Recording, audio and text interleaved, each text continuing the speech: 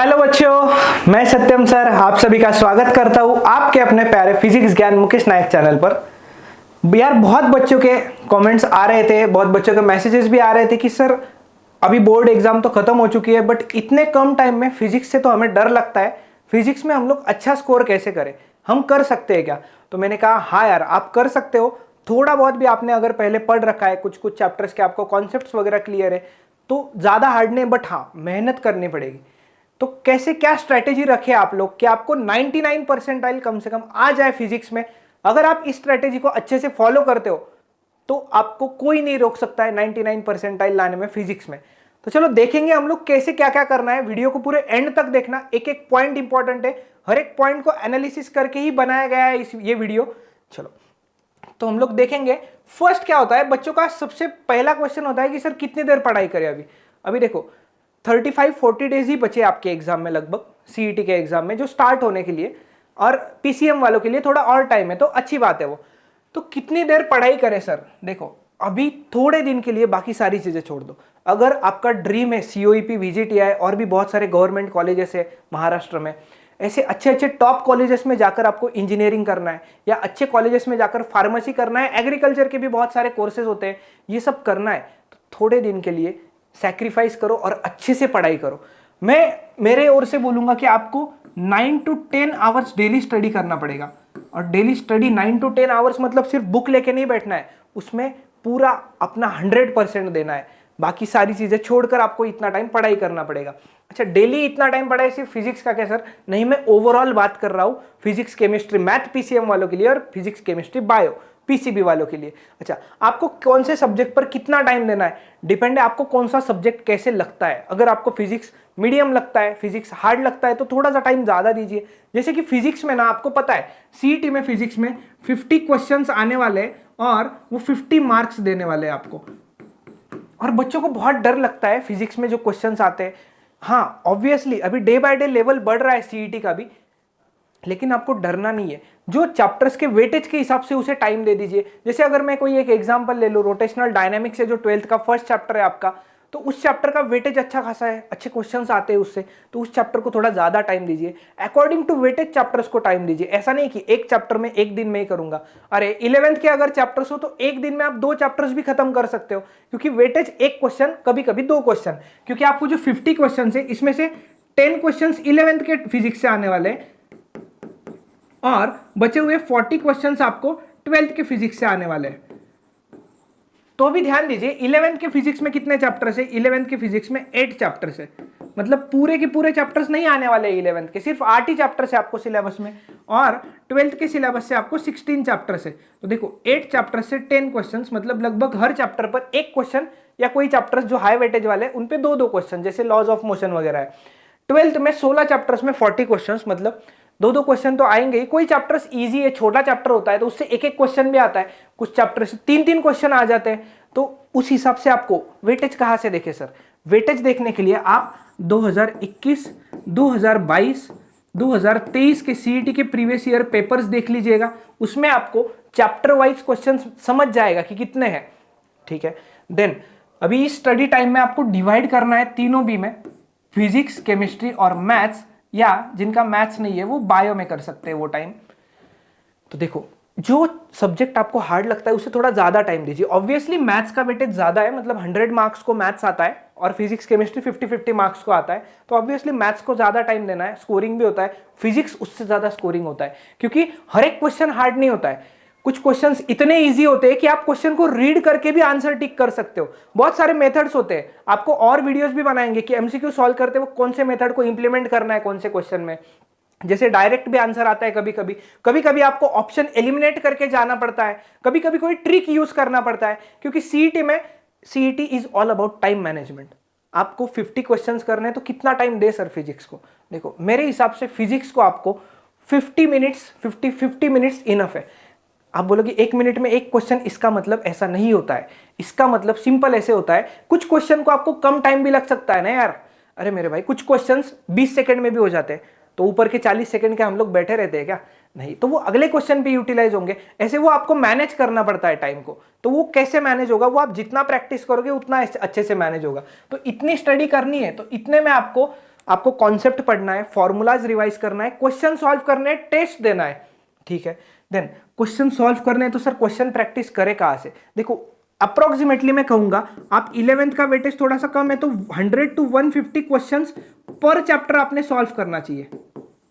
100 to 150 questions पर chapter कहां से करना है, क्या करना है, सब बता दूंगा। देन 12th से आपको 150 से 200 क्वेश्चंस पर चैप्टर करना है।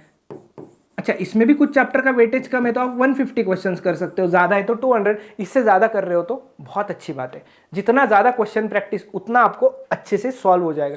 क्योंकि क्या होता है ना, हाँ कॉन्सेप्ट्स रिपीट होते हैं सीईटी में, बट क्वेश्चन तो नए नए फ्रेम होते हैं ना, इस बुक से उठाए उस बुक से उठाए, इस तरह से होता है। तो आपको क्वेश्चन ज्यादा से ज्यादा जितना सॉल्व करोगे आपके माइंड में रहेगा कि इस टाइप का क्वेश्चन आता है तो कैसे सॉल्व करना है। इसलिए क्वेश्चन प्रैक्टिस बहुत ज्यादा इंपॉर्टेंट है और टाइम मैनेजमेंट भी आपको तभी जम जाता है।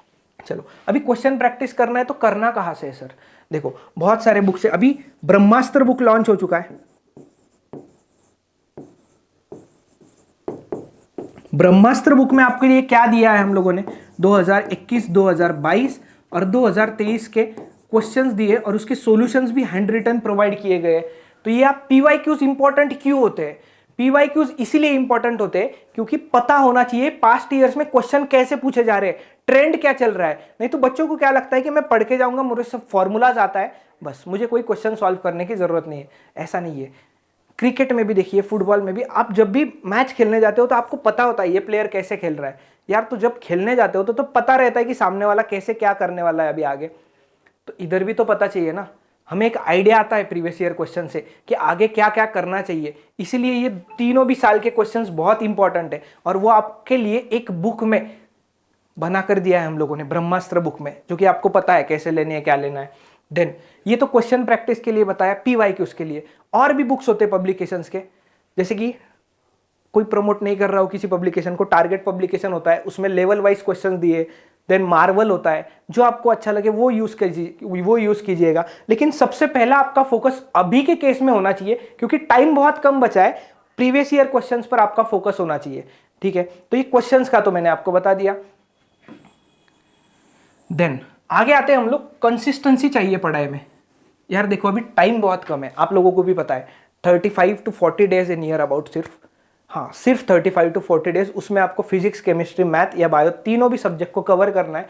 तो कंसिस्टेंसी डेली चाहिए। ऐसा नहीं कि एक दिन पढ़ाई करेंगे 15 घंटे और दूसरे दिन 2 दिन आराम करेंगे, ऐसा नहीं। कंसिस्टेंसी रखिए, डेली कम से कम 9 से 10 घंटे पढ़ाई कीजिएगा। टाइम स्लॉट्स को डिवाइड कर लीजिएगा। ऐसा नहीं कह रहा हूं कि एक बार बैठ गए तो कंटिन्यू पढ़ाई ही करना है, नहीं मेरे भाई, बीच में ब्रेक्स लीजिए थोड़े थोड़े, बट वो ब्रेक्स ही आपका पढ़ाई के बीच में ब्रेक ना दे दे। छोटे छोटे ब्रेक्स लीजिएगा, नहीं तो कुछ बच्चे 1 घंटा पढ़ते 3 घंटा ब्रेक लेते, ऐसे नहीं करना है भाई। 1.5-2 घंटा पढ़िए, 20 मिनट का ब्रेक ले लीजिएगा, फिर वापस पढ़िए, फिर वापस ब्रेक ले लीजिएगा, ऐसे करिए, कंसिस्टेंसी रखिए पढ़ाई, ठीक है।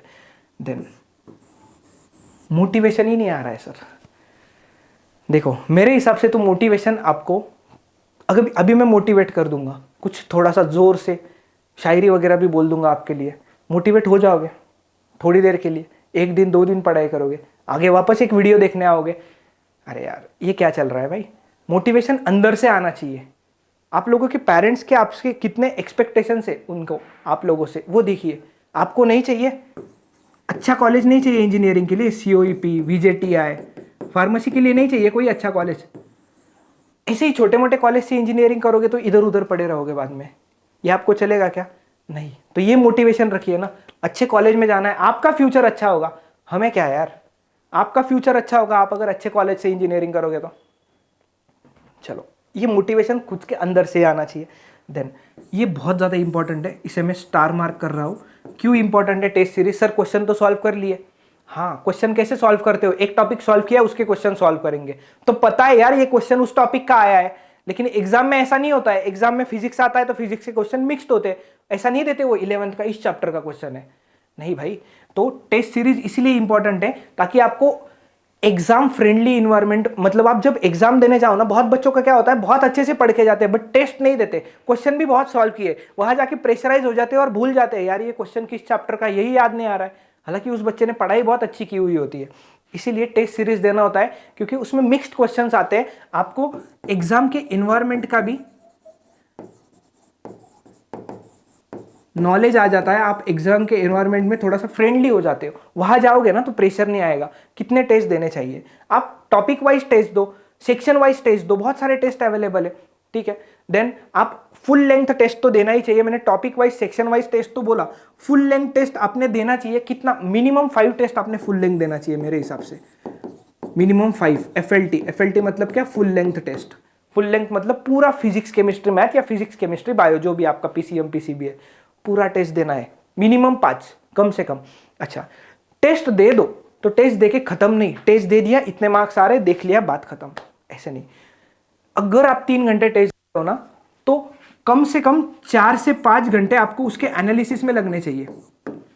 टेस्ट देकर छोड़ना नहीं होता है। टेस्ट में कौन सा क्वेश्चन आपका सही हुआ है, कौन सा क्वेश्चन गलत हुआ है, सही हुआ है तो नहीं देखना, ऐसा नहीं, सही हुआ है तो उसमें कौन से मेथड से और सॉल्व किया जा सकता था क्या, और कोई ट्रिक था क्या जिससे मुझे कम टाइम लगे, ये सही क्वेश्चन के लिए स्ट्रेटेजी। गलत हुआ है तो कहाँ गलत हुआ है, कहाँ कमी आ रही है मेरे पढ़ाई में, वो देखना है। कैलकुलेशन मिस्टेक हुआ है या कॉन्सेप्चुअल मिस्टेक हुआ है, ताकि एग्जाम में वो गलती ना हो, इसलिए टेस्ट होते हैं। टेस्ट आपको आपका फाइनल रिजल्ट नहीं दिखाते, टेस्ट बस आपको दिखाते हैं कि आपको सॉल्व कैसे करना है, एग्जाम में कैसे प्रोसीड करना है। अगर कोई क्वेश्चन नहीं आ रहा है तो आगे स्किप करना है, उस क्वेश्चन पे बाद में आना है। कोई क्वेश्चन नहीं आ रहा है उसी पे 5-10 मिनट सोचते बैठोगे तो आगे आपका पूरा पेपर बिगड़ जाएगा। इसलिए टेस्ट बहुत इंपॉर्टेंट होते हैं, ठीक है। ये तो सारी चीजें हो गई आपको पढ़ाई कैसे करना है, क्या करना है वो बताने के लिए। अच्छा, अभी फ्लो कैसे रहना चाहिए आपका, आप लेक्चर्स देख सकते हो। अगर आपके कॉन्सेप्ट्स वीक है तो लेक्चर्स देख सकते हो, कैसे कहाँ से देखना है वो मैं आगे बताऊंगा आपको। या अगर आपका पूरा हो चुका है फॉर्मूला बुक, या आप ऑर्डर कर सकते हो, हमने बनाया है आपके लिए फिजिक्स केमिस्ट्री मैथ्स के फॉर्मूलाज, वो ऑर्डर कर सकते हो। अपने खुद के भी हैंड रिटन फॉर्मूलाज होने चाहिए आपके पास एक नोटबुक में लिखे हुए। डेली सुबह उठते और सोने से पहले वो फॉर्मूलाज रिवाइज करना है डेली, पूरे। ज्यादा टाइम नहीं लगता है, पहले ज्यादा टाइम लगेगा, फिर कम कम टाइम लगते लगते आपको फ्रेंडली हो जाओगे तो बाद में बस देखोगे तो पता चलेगा यार ये है। यूनिट्स बहुत इंपॉर्टेंट है फिजिक्स में, यूनिट्स याद रखिए सारी चीजों के। देन हैंड रिटन नोट्स होंगे आपके। अच्छा, हैंड रिटन नोट्स कहाँ से, बुक्स कौन से रेफर करें? बुक्स रेफर तो वही है ना भाई, 11th और 12th का स्टेट बोर्ड का बुक, उसी में से सब आने वाला है। बस क्वेश्चन घुमा फिरा के पूछता है, कॉन्सेप्ट अलग, मतलब कॉन्सेप्ट वही होता है, बस उसको घुमा देता है, बाकी कुछ नहीं है। हैंड रिटन नोट्स होंगे आपके तो वो बहुत अच्छा है। बुक रीड करिए 11-12 फिजिक्स का, पूरा का पूरा बुक रीड करने की जरूरत नहीं है। पीवाईक्यू जब आप सॉल्व करोगे तो आपको आइडिया आता है कि किस टॉपिक पर ज्यादा क्वेश्चंस आ रहे हैं। पर्टिकुलर चैप्टर में भी उस टॉपिक पर ज्यादा क्वेश्चंस आ रहे होते हैं। जैसे रोटेशनल में मोमेंट ऑफ इनर्शिया पर अच्छे अच्छे क्वेश्चंस आते हैं, तो उस टॉपिक पर ज्यादा फोकस करना है, ये आपको पता चलता है। चलो, ये हुआ आपका फ्लो। देन अभी यहां पर लिखा है मैंने एमएसटी सीईटी 2024 गेम चेंजर की होगा आपके लिए, क्योंकि ऐसा नहीं है, वो एक कोट था। अगर मार्क्स कम आते हैं तो बच्चे बोलते हैं yes, a single sheet of paper can not decide my future. Yes, सही है, बिल्कुल भी गलत कहीं भी नहीं है वहां पर, लेकिन ये भी सही है, a single sheet of paper can change your life. वो चेंज भी कर सकता है, ऐसा नहीं कि वो नहीं हुआ तो आपका जिंदगी खत्म हो गया, ऐसा नहीं होता है।